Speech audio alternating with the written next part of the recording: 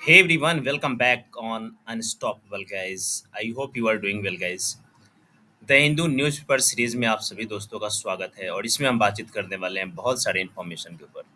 आज का जो पहला इन्फॉर्मेशन होने वाला है, जो पहला न्यूज़ होने वाला है वो ये है कि चाइना ने हमारे देश के, यानी कि ये कहा जाए तो अरुणाचल प्रदेश जो हमारे देश का अभिन्न अंग है, यहाँ के 3 खिलाड़ियों को चाइना में एक खेल चलने वाला था। एक आपका यहाँ पे यूँ कहा जाए तो एक गेम होने वाला है, एशियन गेम, ठीक है ना? तो इस गेम में आने से मना कर दिया है और इनको अलाउ नहीं किया है। तो इस पूरे न्यूज़ के ऊपर जानेंगे कि आखिरकार चाइना ने ऐसा क्यों करा है, क्या कारण है, ठीक है ना? और ये एशियन गेम में अरुणाचल प्रदेश के 3 खिलाड़ियों को क्यों आने से रोका है और फाइनली भारत ने अपना क्या पक्ष रखा है, इन तमाम चीज़ों के ऊपर बातचीत करेंगे, ठीक है? तो गाइस आइए शुरू करते हैं। तो यहाँ पे देखो, जो हमारे देश के जो खेल मंत्री हैं, उन्होंने यहाँ पे यहाँ पे जो एशियन जो गेम होने वाला है, ठीक है ना? तो इस गेम में भाग लेने से मना कर दिया है और डायरेक्टली इन्होंने कैंसल कर दिया है।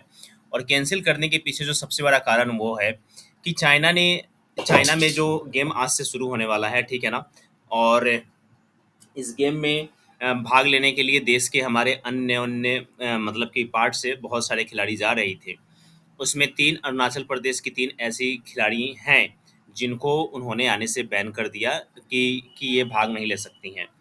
क्योंकि आपको पता होगा कि आज से कुछ टाइम पहले गाइज़, जब जी-20 समिट होने वाला था भारत में, तो जी-20 समिट से पहले आप देखोगे तो चाइना ने अपना एक अलग ही मैप जारी किया हुआ था और अलग मैप जारी किया हुआ था। हालाँकि ये पॉइंट्स इसमें नहीं दिए गए हैं, लेकिन मैं एनालिसिस पार्ट बता रहा हूँ। तो चाइना ने अपना एक अलग मैप जारी किया और मैप जारी करने के बाद अरुणाचल प्रदेश को उसने अपने मैप में उन्होंने चाइना का पार्ट बताया था कि ये अरुणाचल प्रदेश वाला जो पार्ट है, वो चाइना का है, ना कि भारत का है, ठीक है ना?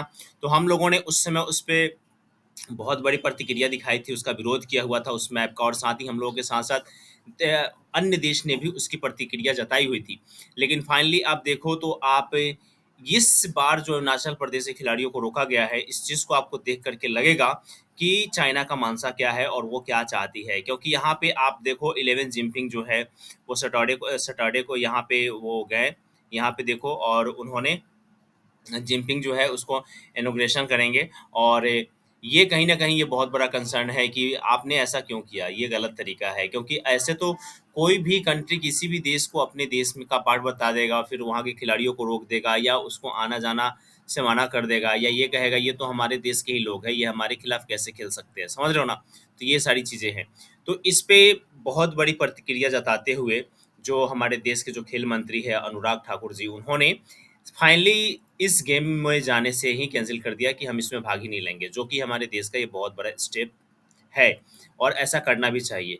और इनफैक्ट मतलब कि हमेशा ऐसा करना चाहिए। अगर चाइना अपनी गलतियों से बाज न मतलब कि अपनी गलतियों को मानने से इनकार कर रहा है, तो उसका विरोध होना चाहिए। नेशनल लेवल पे नहीं, मतलब कि पूरा इंटरनेशनल लेवल पे भी इस प्रतिक्रिया को उठाना चाहिए कि ऐसे चाइना कैसे कैसे कर सकता है। कहीं न कहीं इस सारे कंसर्न को पूरे वैश्विक स्तर पे उठाना चाहिए। क्योंकि अगर आप देखोगे तो अगर एक बार है, वही चीज़ है ना कि अगर कोई व्यक्ति एक बार आपके घर में घुस गया, अगर उसको आप अच्छे से मतलब कि जवाब नहीं दोगे, तो वो बार-बार घुसता रहेगा, तो वही बात है। तो एक बार मुँह तोड़ जवाब इनको मिलना चाहिए चाइना को, ताकि इनका मुँह ही टूट जाए, ठीक है ना? तो ये सब चीज़ें हैं, जो कि अच्छी बात तो है नहीं। तो आप देख सकते हैं ये एंटायर न्यूज़ जो हमने आपके साथ डिस्कस किया। और गाइज़ देखो, इंडिया चाइना रिलेशनशिप एक बार अच्छे से पढ़ लेना, ये आपके एग्ज़ाम पॉइंट ऑफ व्यू से बहुत ज़्यादा इंपॉर्टेंट हो जाएगा। ये 3 खिलाड़ी ये हैं जो नहीं जा पाए हैं, तो यहाँ पे ये नाम है, आप देख लेना एक बार, ठीक है ना? बढ़ते हैं आगे और देखते हैं एडिटोरियल के पेज को। तो एडिटोरियल पेज पे आप आओगे तो यहाँ पे देखो, India and great power contest in West Asia, ठीक है ना? इसमें जो अपने देश में जो जी-20 समिट हुआ है, बेसिकली उस चीज़ को कोट करते हुए राइटर ने लिखना इस पूरे आर्टिकल को लिखा है। और इस आर्टिकल में सबसे बड़ी बात जो ये है, वो कुछ पॉलिसीज़ के बारे में बताया गया है। यानी कि बाइडेन की जो वेस्ट एशिया स्ट्रैटेजी पॉलिसी है, इसके ऊपर बताया गया है और बेसिकली कहा गया है कि बाइडेन की 2 पॉलिसीज़ है वेस्ट एशिया को लेकर के, ठीक है ना? पहला पॉलिसी इनका क्या है? तो पहला पॉलिसी ये है, जो यहाँ पे आप देख पाओगे कि फर्स्ट पॉलिसी इनका यहाँ पे देखो, 2 pillar in the region, the Gulf, Arab and Israel, closer to meet there, ठीक है ना? फिर यहाँ पे एक देखो अब्राहम एकॉर्ड है, तो अब्राहम एकॉर्ड एक बार गूगल सर्च मार लेना, जो अब्राहम लिंकन रहे हैं आपके यूएसए के प्रेसिडेंट, उनके ऊपर ये चीज़ें दी गई है। तो पहले वाले में ये कहा जा रहा है कि रिलेशनशिप जो रहा है, ठीक है ना? इज़राइल और सऊदी अरबिया के बीच में, इसको बहुत ही ज़्यादा सुदृढ़ करना है। पहले बात ये कहना है जो बाइडेन का, और दूसरा ये कहना है कि जो हम अप्रोच अपना रहे हैं, अमेरिका और भारत और अदर कंट्रीज़ मिल कर के, जो अप्रोच अपना रहे हैं, ठीक है ना?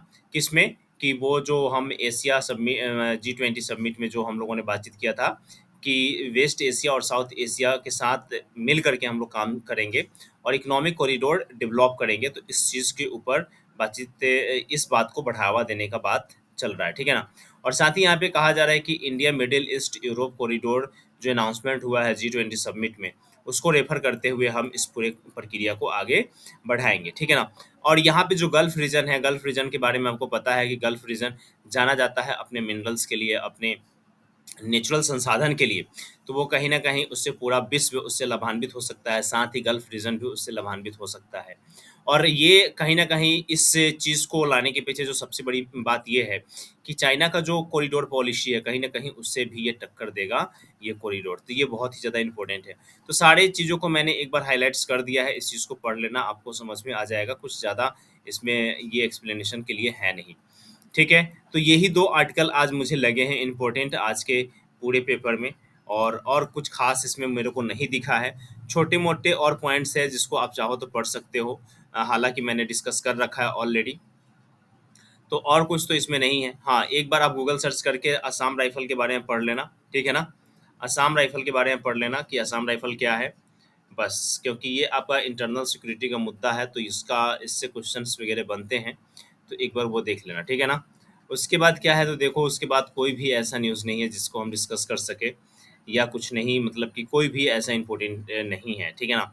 तो इस वीडियो में बस इतना ही रखते हैं, मिलते हैं नेक्स्ट वीडियो में। अगर वीडियो अच्छी लगी हो तो लाइक ज़रूर कर लीजिएगा, रेट ज़रूर कीजिएगा, रिव्यू ज़रूर कीजिएगा। तो thank you so much everyone, जय हिंद।